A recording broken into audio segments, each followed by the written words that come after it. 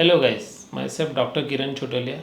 I am a dermatologist, trichologist and hair transplant surgeon. आज हम अपनी जो नॉलेज बेस्ड वीडियो सीरीज़ है उसमें हेयर के बेसिक साइंस के बारे में थोड़ा बताना चाहेंगे। ये जानना क्यों ज़रूरी है, क्योंकि अगर आपको हेयर की एनाटॉमी मीन्स उसका स्ट्रक्चर क्या है, उसकी फिजियोलॉजी और बायोलॉजी मीन्स वो कैसे ग्रो करता है, उसके बारे में अगर आपको थोड़ी नॉलेज होगी तो उसका ट्रांसप्लांट प्रोसीजर में क्या इंपॉर्टेंस है, फिर आपको अगर हेयर फॉल हो रहा है उसको रोकने में क्या इंपॉर्टेंस है, वहाँ पे भी आपको हेल्प मिलेगी। फिर आपकी डाइट इसमें कैसे हेल्प करती है वो भी आपको मैं समझा पाऊँगा। तो दोस्तों, हेयर के बेसिक थिंग्स या बेसिक फैक्ट्स के बारे में मैं बताना चाहूँगा।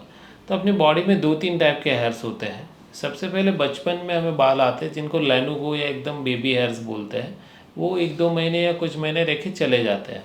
उसके बाद जब हम थोड़े बड़े हो जाते हैं, चिल्ड्रन या फिर एडल्ट या टीन एज या तो फिर ओल्ड एज, ये 4 एज में 2 ही टाइप के हेयर्स बॉडी में रहते हैं। एक होते हैं टर्मिनल हेयर्स या थिक हेयर्स, जो मेरी दाढ़ी में या अपने सिर के बाल होते हैं। दिस आर टर्मिनल हेयर्स, जो बचपन से प्यूबर्टी तक हमें काले घने थिक हेयर्स दिखते हैं, उनको टर्मिनल हेयर बोलते हैं। दूसरे विलस हेयर, एकदम बारीक बारीक छोटे छोटे बाल, जो अपने स्किन में रुआटी या ऐसा बोलते हैं ना, एकदम बारीक सा, जो एकदम ब्राउनिश कलरलेस हेयर्स होते हैं, एकदम छोटे छोटे जो विजिबल नहीं होते, उनको विलस हेयर बोलते हैं।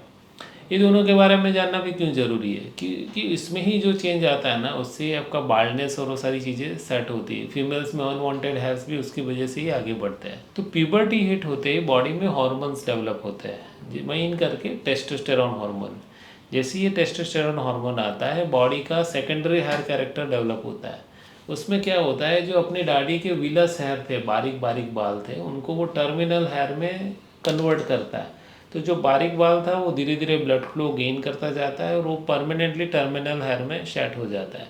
इसकी वजह से हमें परमानेंट बालों की ग्रोथ हो जाती है बॉडी में, स्पेशली मेल्स में टेस्टोस्टेरोन हार्मोन की वजह से ये चेंज आता है। इसकी वजह से हर एक की अलग अलग पैटर्न में ग्रोथ होती है। हर एक की बियर्ड की पैटर्न भी अलग अलग होती है, आपने भी देखा होगा। तो वो भी वही डिसीजन लेती है। सिमिलर वे बॉडी में आगे जाके 20-25 साल के बाद काफ़ी के स्ट्रेस की वजह से, ख़राब लाइफस्टाइल, ख़राब खाना पीना, नींद पूरी नहीं होना, फिर आपकी जेनेटिक स्ट्रॉन्ग है, आपका ऑयल सिक्रेशन ज़्यादा है, आपको डैंड्रफ जैसे सीबोरिक डर्मेटाइटिस जैसे कंडीशन है, या गलत प्रोडक्ट्स यूज़ कर रहे हो, तो ये सारे रीज़न से आपका दूसरा एक हार्मोन भी ट्रिगर होता है जिसको बोलते हैं DHT, डायहाइड्रोटेस्टोस्टेरोन। डायहाइड्रोटेस्टोस्टेरोन हार्मोन जो बालों की जड़ें हैं उनमें दूसरा एक चेंज लाता है। स्पेशली जो ये क्राउन और front, vertex to crown, front to crown जो एरिया होता है, जिनको बाल्डनेस का जोन बोला जाता है, वहाँ के बालों में स्टेप बाय स्टेप उनका ब्लड फ्लो डाउन करता है। और ये प्रोसेस को बोलते हैं हेयर मिनिचराइजेशन। इसमें जो टर्मिनल मीन थिक हेयर्स था, वो विलस हेयर धीरे धीरे बारीक होता जाता है। धीरे जैसे उसका ब्लड फ्लो कम होता जाता है, उसको थिनिंग होती जाती है। जो बालों की जड़ों में ब्लड अंदर जा रहा है वो कम होता जाता है, वहाँ सूजन आ जाती है और उसकी वजह से बाल धीरे धीरे पहले से कम ग्रो करता है। तो इसीलिए दोस्तों ये जानना जरूरी है कि बॉडी में कौन से हेयर्स कैसे है और क्या ये प्रोसेस में चेंज होता है। दूसरा, हेयर का स्ट्रक्चर जो होता है वो स्किन के लेयर्स में अलग अलग भाग में है। ओके, तो अपने स्किन के 3 लेयर्स होते हैं। सबसे ऊपर का जो ब्राउनिश लेयर होता है उसको एपिडर्मिस बोलते हैं, जो एकदम 1 या 2 mm का होता है। उसके बाद 4-5 mm का और एक जोन होता है जिसको डर्मिस बोलते हैं। ये दोनों मिलके स्किन बोला जाता है। इसके नीचे सबक्यू फैट होती है जिसमें ब्लड वेसल्स, न्यूरॉन्स और ये सारी चीज़ें रहती है, जिसमें इम्यूनिटी के सेल्स और वो सारी चीज़ें अच्छे से एक्टिवेट होते हैं और वो काम करते रहते हैं। तो अपने स्किन के 2 लेयर होते हैं, एपिडर्मिस डर्मिस का एक स्किन लेयर और दूसरा सबक्यूटेनियस लेयर में स्किन के नीचे का लेयर। तो बाल ये 3 लेयर्स में ही होता है। ओके, जो बालों का ब्लड फ्लो है सबक्यूटेनियस टिश्यू में से आता है और बाल धीरे धीरे ग्रो करता है। बाल के आजू बाजू में एक छोटी सी ग्लैंड होती है, ग्रंथि होती है, जो ऑयल बनाती है या स्वेट बनाती है। मोस्टली ऑयल बनाती है, तो इसी वजह से अपने फेस पे और स्काल्प में ऑयल ज़्यादा सिक्रीट होता है। तो ये कुछ पॉइंट्स थे जो बालों के स्ट्रक्चर के बारे में, एनाटॉमी के बारे में थे। दूसरा, जो बाल बनता है उसमें भी आपने सुना होगा कि केराटिन नाम का प्रोटीन होता है, क्यूटिकल नाम का एक लेयर होता है, तो उसके भी लेयर्स होते हैं। ओके, तो बाल के ओवरऑल 3 लेयर होते हैं। एकदम बाहर का लेयर जो होता है, जो एकदम ग्लासी मेम्ब्रेन होता है, उसको हम क्यूटिकल बोलते हैं।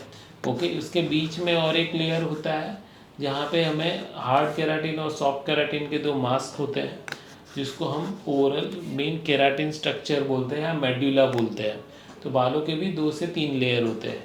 तो क्यूटिकल ही आपकी बालों की शाइनीनेस के लिए जवाबदार है। फीमेल्स में फ्रीजीनेस और ड्राइनेस क्यों होती है? क्योंकि क्यूटिकल का लेयर डैमेज हो जाता है। अगर आप ज़्यादा गर्म पानी से बाल धो रहे तो भी क्यूटिकल डैमेज होगा और आपके बाल रफ एंड ड्राई हो जाएंगे, जल्दी टूटेंगे। आप हार्ड वाटर यूज़ करोगे तो भी क्यूटिकल पर डैमेज होगा, सनलाइट से क्यूटिकल में डैमेज होगा। तो ये सारी चीज़ें हैं क्यूटिकल को डैमेज करती है। इवन जो हम स्ट्रेटनिंग और वो करते हैं ना, उसमें भी क्यूटिकल में जो सल्फर बॉन्ड्स होते हैं उसको फॉर्मालिन लिक्विड से वो स्ट्रेट करते हैं, तो उसका भी क्यूटिकल से लेना देना है। उसमें केराटिन नाम का प्रोटीन स्मूथ हो जाता है। ओके, तो एकदम पतला सा लेयर होता है, वो प्रोटेक्ट करता है हेयर को और आजू बाजू की स्किन को और वो सबको वो हैंडल कर पाता है। ठीक है, बीच का मेड्यूला होता है, ओके, जिसको कोर ऑफ हेयर बोलते हैं। सबसे बीच का सिलेंडर जैसा एकदम स्ट्रक्चर होता है। कभी कभी यहाँ सेल्स होते हैं, केराटिन होता है सॉफ्ट वाला, कभी कभी नहीं होता है। And third layer is the cortex, जो मेड्यूला के आजू बाजू में होता है। जो नेचुरल पिगमेंट, काला कलर का पिगमेंट होता है, वो मेजोरिटी कॉर्टेक्स में होता है, जिसकी वजह से अपना बाल काला और घना और थिक दिखता है। जितना कॉर्टेक्स बड़ा उतना बाल मोटा, जितना कॉर्टेक्स पतला उतना बाल छोटा और बारीक। ओके, तो तीनों लेयर की अलग अलग इंपॉर्टेंस है। क्यूटिकल आपकी ड्राइनेस, फ्रीजीनेस और उसके लिए जवाबदार है।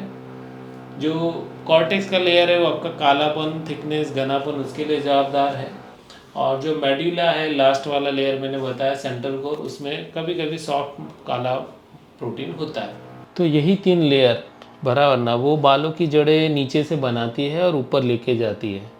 तो ये तीनों लेयर जो बनते हैं ना, वो नीचे के यहाँ पे बल्ब में बनते हैं। इसको बोलते हैं बल्ब, हेयर का बल्ब, जहाँ से हेयर बन के बाहर आता है। इसमें केराटिन नाम का प्रोटीन बनेगा, कॉर्टेक्स बनाएगा, उसके आजू बाजू में क्यूटिकल नाम का लेयर बनाएगा और बीच में थोड़ा बहुत सेल्स मल्टीप्लाई होते रहेंगे।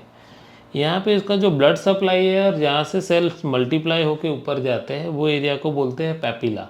तो जब भी हमें हेयर ट्रांसप्लांट करना है, आपकी बालों की ग्रोथ में जो चेंजेस आ रहे हैं वो ये पैपिला में चेंजेस आते हैं, उसकी वजह से होता है। जब पैपिला काम करना बंद कर देती है तो बालों की ग्रोथ स्लो एंड छोटी हो जाती है, धीरे धीरे वो बाल्डनेस की ओर भी चला जाता है। जब वो अच्छे से नरिशमेंट लेता है तो अच्छे से वो आगे बढ़ता है। Minoxidil serum, redensyl serum, onion juice, rosemary oil या जो भी आप कोकोनट ऑयल भी लगा रहे हो, वो सारे यहाँ से पेनिट्रेट करके पैपिला में पहुँचते हैं। जितना वो ज़्यादा पहुँचेगा, ज़्यादा अच्छे से पेनिट्रेट करेगा, उतना ज़्यादा रिजल्ट आएगा। मिनॉक्सिडिल का काम यहाँ का ब्लड फ्लो बढ़ाना है। रेडेंसिल का काम यहाँ के स्टेम सेल को स्टिमुलेट करके ज़्यादा अच्छे से मल्टीप्लाई करना और ब्लड फ्लो बढ़ाना है। रोजमेरी ऑयल का काम भी ब्लड फ्लो बढ़ाना है। और जो ऑनियन होता है उसमें सल्फ़र बॉन्ड्स होते हैं, वो जाते हैं सल्फ़र और उसकी वजह से स्टिमुलेशन ज़्यादा होता है। तो ये तरीका है कि ये सारे ऑयल्स यहाँ पे ऐसे काम करते हैं। अगर ये बालों की जड़ों में कुछ इन्फ्लामेशन आ जाए, सूजन आ जाए और डीएचटी हार्मोन से डैमेज हो जाए तो वो बालों की जड़ें ग्रो करना कम कर देती है। तो ये बेसिक फैक्ट्स थे जो डर्मल पैपिला और उसके बारे में। उसके ऊपर का जो स्ट्रक्चर है उसको हेयर शाफ्ट बोलते हैं, उसकी ज़्यादा इंपॉर्टेंस नहीं होती। सर हम जब ग्राफ कलेक्ट करते हैं तो हमें मोटर ऐसे डालना रहता है, तो पंच जो होता है, फी का पंच ऐसे अंदर जाता है और ये बालों की जड़ों के आजू बाजू से लूज़ करता है। मेन थिकनेस एपिडर्मिस की होती है, जहाँ से उसको स्ट्रेंथ होती है। नीचे बाल लूज़ होता है, तो हम जितना सिर्फ इतना ही अंदर जाते हैं तो भी ग्राफ लूज़ होकर बाहर आ जाता है। तो ये बेसिक फैक्ट थे रिगार्डिंग हेयर स्ट्रक्चर, उसके पार्टिकल्स या उसके लेयर्स, ओके, और उसका ग्रोथ कैसे होता है उसके बारे में। तो दोस्तों ये टॉपिक था जिसमें आपने बेसिक हेयर की एनाटॉमी और उसका ग्रोथ और ब्लड सप्लाई के बारे में जाना। अभी हम और एक नेक्स्ट टॉपिक बनाएंगे जिसमें आपको उसकी ग्रोथ की साइकिल के बारे में बताइए, वो भी जानना ज़रूरी है। उसकी भी क्या हेल्प, क्या नुकसान है, सारी चीज़ें मैं आपको नेक्स्ट वीडियो में बताता हूँ।